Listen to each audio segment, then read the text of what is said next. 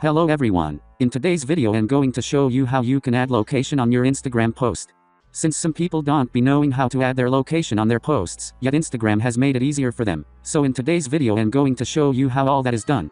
And the steps are quite actually simple. Simply start by opening Instagram. And now that Instagram is open, simply find the picture you would like to post and try post it.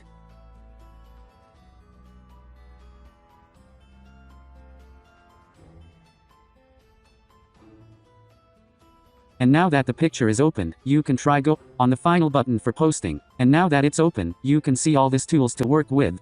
So simply go and then come here on the section which says add location.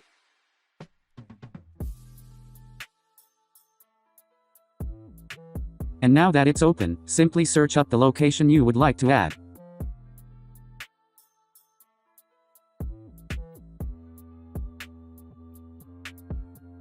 And now after finding it, simply click on it.